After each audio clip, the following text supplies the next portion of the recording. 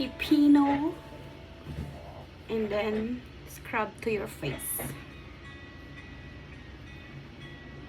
Yan. Ang galing.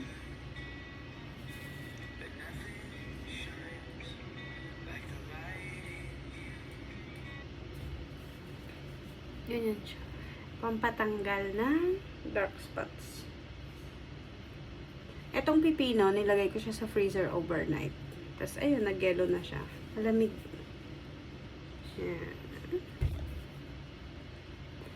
Umuulan ngayon, story time tayo habang ginagawa natin ito. Umuulan dito sa Bangkok. Yung bala ko sana, kaya nagising ako ng maaga. Mag-aano ako, magpapainit, tapos maglalakad ako. Ngayon, nung natapos na yung morning routine ko, umulan naman siya. Ayun o. Kaya, naisipan ko na lang mag-detox ng mukha ko na gamit ang pipino. Ang sarap kasi ang lamig niya. Nakita ko lang to sa TikTok eh. Kaya ginaya ko.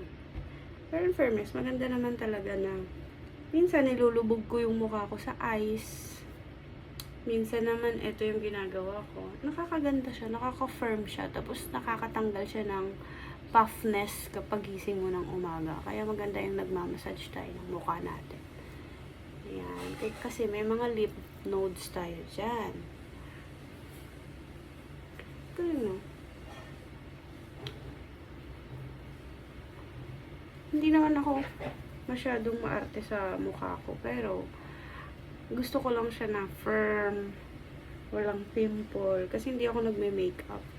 Lipstick lang, moisturizer, tsaka sunscreen. Yun yung importante kapag lalabas tayo ng bahay. And ngayon, may maganda akong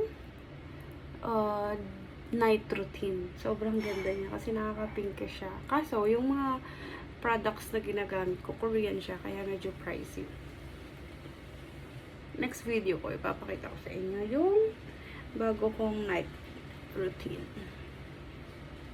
Yay!